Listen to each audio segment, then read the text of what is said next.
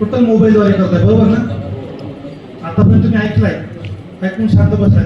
आता तुम्ही मला रिस्पॉन्स द्यायचा आपल्याला, ठीक आहे? शांत बसायचं नाही. पण मोबाईल कोणाकडे आहे? बाकी सगळ्या लोकांकडे अँड्रॉइड मोबाईल आहे, बरोबर?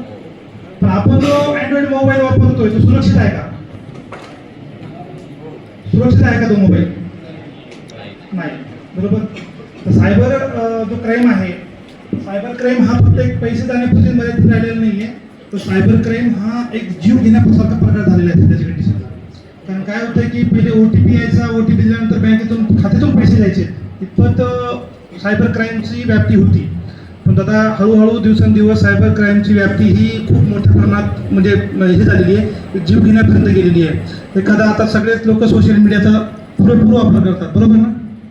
सोशल मीडिया वापरताय ना, व्हॉट्सअप, फेसबुक, इंस्टाग्राम, ठीक आहे?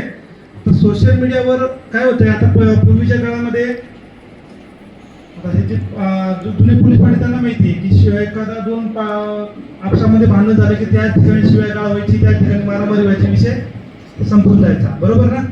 पण आता तसं राहिलेलं नाही. एखाद्या विषयी जर द्वेष निर्माण झाला तर तो काय करतो की त्याची फेक ID ओपन करतो, सोशल मीडियावर त्याचा अकाउंट तयार करतो, त्याचे AI जनरेटर निवड फोटो बनवतो, सोशल मीडियावर त्याची बदनामी करतो इतपत. आणि काय होतं की सोशल मीडियावर बदनामी झाली तर ते काय करतात, लोक नैराश्य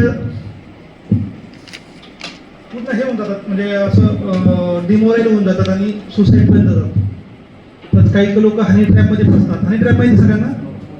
हनी ट्रॅप माहिती आहे? हनी ट्रॅपमध्ये सुद्धा काही लोकांनी फसला फास घेतलेला आहे. त्याच्यामुळे सोशल मीडियावर आपण ज्यावेळेस ॲक्टिव्ह असतो तर सोशल मीडियावर आपण कोणाशी मैत्री करायला पाहिजे, कोणाशी मैत्री नाही करायला पाहिजे हे आपण ठरवलं पाहिजे.